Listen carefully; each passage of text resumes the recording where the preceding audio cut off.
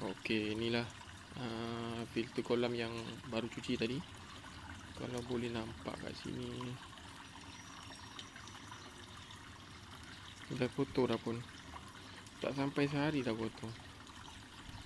Sebab kacau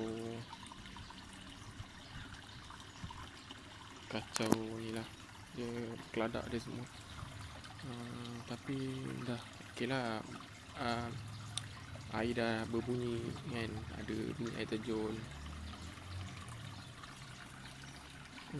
Dalam ni ada ikan kerai, kelar, CAE tu.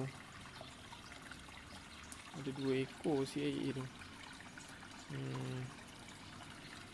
Lampam Jawa, lagi patin ada dalam 8 ekor.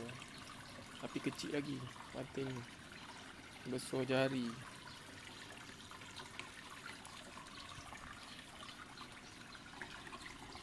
Tak boleh nampak semua.